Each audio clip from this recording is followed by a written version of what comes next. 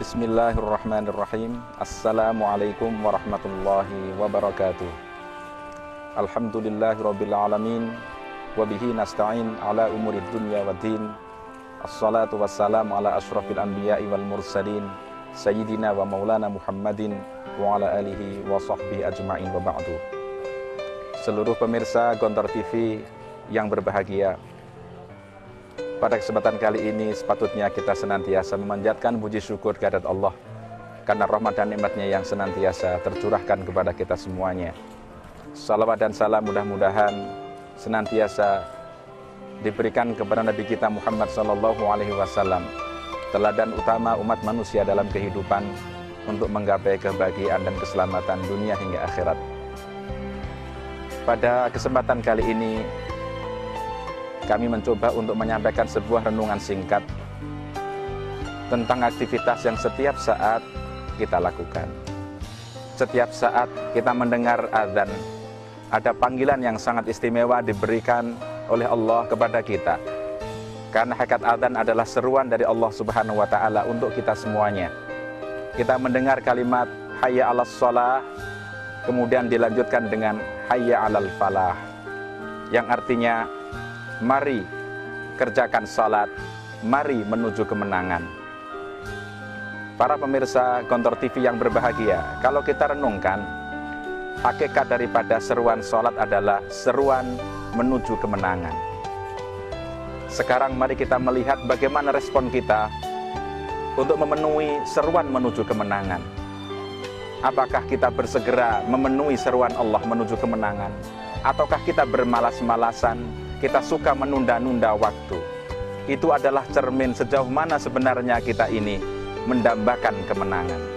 Apabila umat Islam mendambakan kemenangan, itu akan tercermin ketika mereka bersegera memenuhi panggilan Allah. Mari salat, mari menuju kemenangan.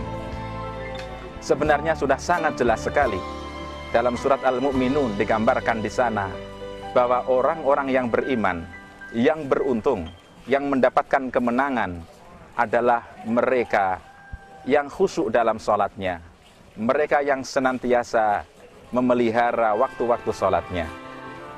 Qad aflahal mu'minun alladzina hum fi sholatihim khashi'un. Sungguh telah berjaya, telah beruntunglah orang-orang yang beriman, yakni orang-orang beriman yang khusyuk dalam sholatnya.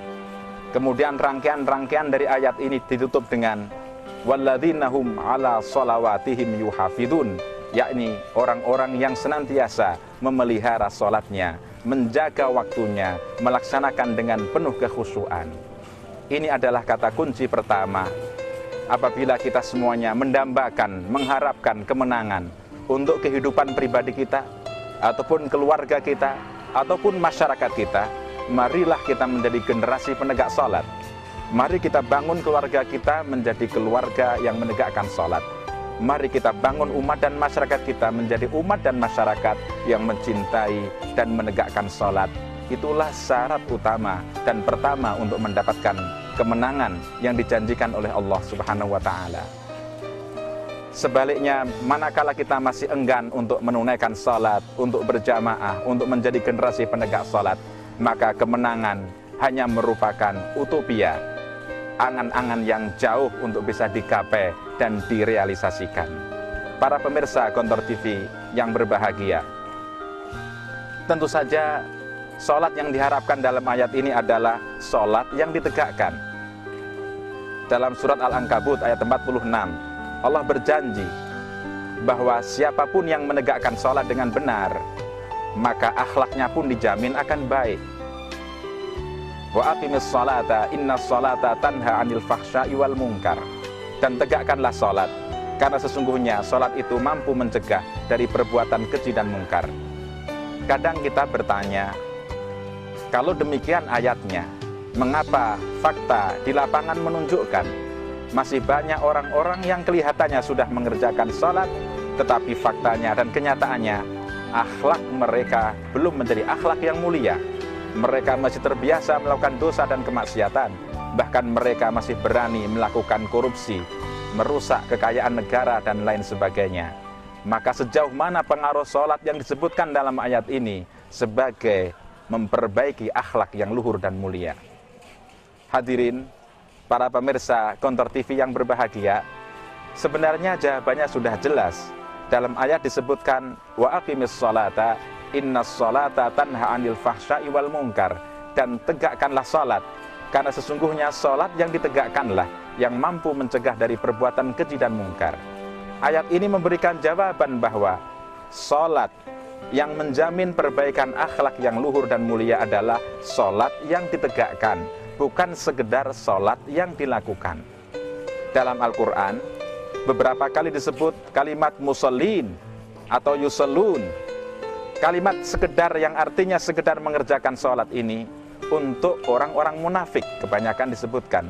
Contohnya, fawailul lil musallin, maka celakalah bagi orang-orang yang sholat, tentu adalah orang-orang munafik, alladzina hum an sholatihim sahun, yakni orang-orang yang lalai dari sholatnya. Mereka mengerjakan sholat, tapi mereka belum menjadi penegak sholat.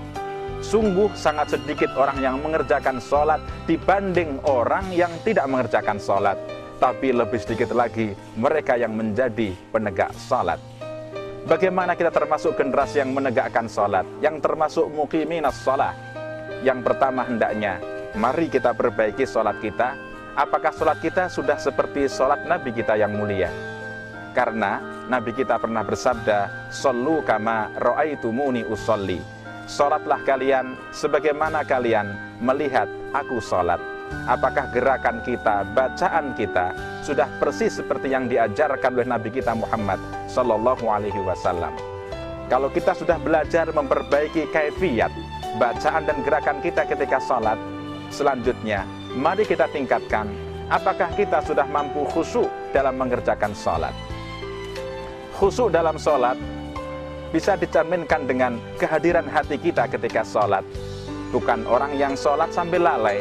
Kehadiran pikiran kita dalam sholat dengan merenungkan apa-apa yang kita baca. Kemudian juga kekhusyuan jawarih, anggota badan kita, sehingga tidak melakukan hal-hal yang di luar aktivitas sholat. Manakala badan kita khusyuk, pikiran kita fokus kepada apa yang kita baca, dan hati kita hadir dalam kekuasaan Allah, hati kita menghadirkan keagungan Allah Subhanahu wa Ta'ala, maka itulah seseorang yang akan mampu melaksanakan ibadah sholat dengan khusyuk. Dan sholat yang khusyuk seperti itu insya Allah, yang disertai harapan dan rasa takut kepada Allah, yang diliputi keagungan Allah Subhanahu wa Ta'ala, maka sholat yang demikianlah yang akan menjamin kemenangan bagi orang-orang yang menegakkannya. Yang ketiga, untuk disebut sebagai orang yang menegakkan sholat, tentunya adalah yang memelihara waktu sholatnya. Kadang-kadang kita meremehkan waktu sholat karena beranggapan bahwa waktu sholat kita masih longgar. Kita mentakhir-takhir sehingga akhirnya antara satu sholat dengan lainnya berdekatan waktunya. Kita mengerjakan duhur ketika sudah dekat waktu asar. Kita mengerjakan asar ketika sudah menjelang maghrib. Kita mengerjakan isya kadang-kadang sudah menjelang subuh. Atau kadang-kadang malah terlewatkan. Ini berarti kita yang mengatur waktu sholat. Seharusnya bukan kita yang mengatur waktu sholat, tetapi marilah kita diatur oleh waktu sholat. Seorang sahabi bertanya kepada Nabi tentang amal yang utama.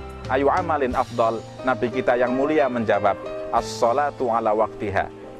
Seorang sahabi tadi bertanya lagi, summa ayun. Kemudian apa wahai Nabi kita? Nabi kita menjawab, birrul walidaini, berbakti kepada kedua orang tua. Kemudian ditanya lagi, summa ayun ya Rasulullah, kemudian apa lagi? Nabi mengatakan, al-jihadu fi sabilillah. Ternyata di sini ada 3 hierarki amal yang utama yang dicintai oleh Allah. Yang pertama adalah sholat pada awal waktu.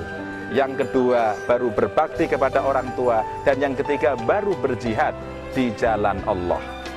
Karena seorang yang mampu menjaga waktu sholat, sebenarnya dia juga berjihad terhadap dirinya sendiri setiap saat, menomorsatukan sholat, mengutamakan sholat.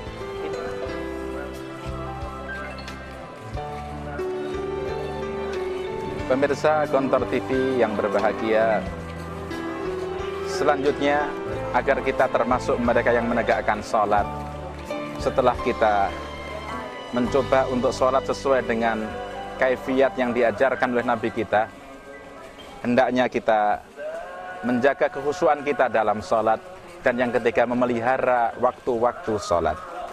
Yang keempat adalah hendaknya kita menjaga jamaah kita dalam sholat, karena keutamaan sholat berjamaah adalah 27 kali lipat dibanding kalau kita sholat sendirian. Tentu banyak keutamaan-keutamaan yang lainnya dari ibadah jamaah.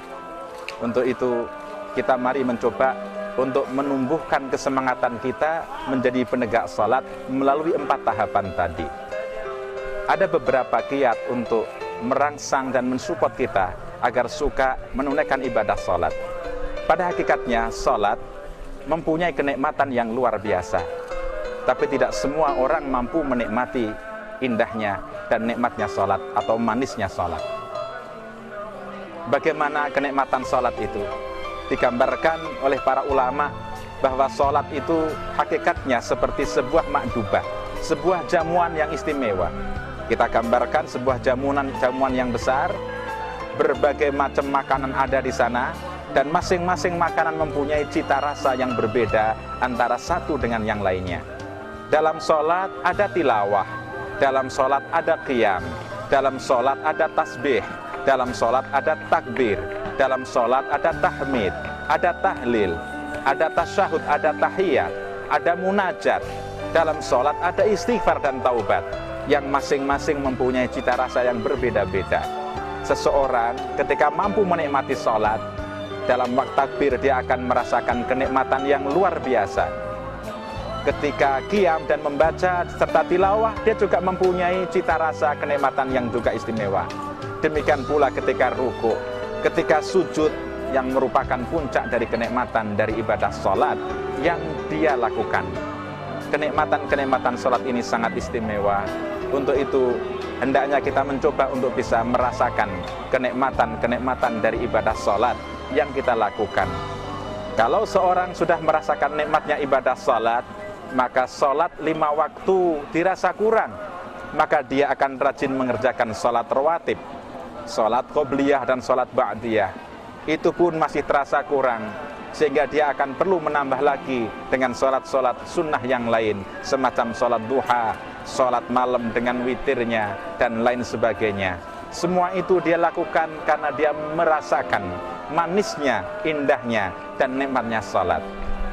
Nabi kita yang mulia ketika menikmati sholat malam berjam-jam, Siti Aisyah melihat beliau berdiri mengerjakan sholat, kemudian tertidur. Ketika Aisyah bangun masih melihat beliau berdiri sholat. Aisyah tertidur lagi, ketika terbangun dan terjaga tetap masih melihat beliau berdiri sholat. Sehingga menjelang subuh kaki beliau mulai bengkak-bengkak. Aisyah bertanya, "Wahai Rasulullah, kenapa anda sholat dengan memaksakan diri seperti ini sampai bengkak-bengkak kaki anda?" Beliau menjawab, "Afala akunu abdan syakura?" Apakah aku tidak senang untuk menjadi hamba Allah yang pandai bersyukur? Artinya beliau sangat menikmati manisnya dan nikmatnya salat, sehingga tidak terasa kaki beliau menjadi bengkak. Demikian pula Ali bin Abi Thalib, dalam sebuah peperangan terkenalah panah di dalam badannya. Tentu ketika akan dicabut terasa sakit sekali, maka Ali punya kiat kepada teman-temannya ingin mencabut anak panah tersebut. "Wahai teman-temanku, tunggulah saya berwudu, tunggulah saya sholat. Ketika aku sedang menikmati sholat, silahkan kamu cabut. Aku lebih merasakan nikmatnya sholat daripada sakitnya anak panah ini." Demikianlah orang-orang terdahulu, generasi salaf para sahabat, mereka sangat menikmati sholat. Mari kita mencoba untuk menikmati sholat, dan mari kita mencoba untuk menjadi penegak sholat. Kita awali ketika adzan berkumandang, hayya 'alas shalah, mari sholat, hayya 'alal falah, mari menuju kemenangan. Hendaknya kita bersegera. Mudah-mudahan dengan demikian kenikmatan sholat akan mampu sama-sama kita rasakan, dan kita menjadi hamba-hamba Allah yang menegakkan sholat. Itulah pangkal kemenangan dan kejayaan bagi umat Islam ini. Aku qouli hadza, wassalamualaikum warahmatullahi wabarakatuh.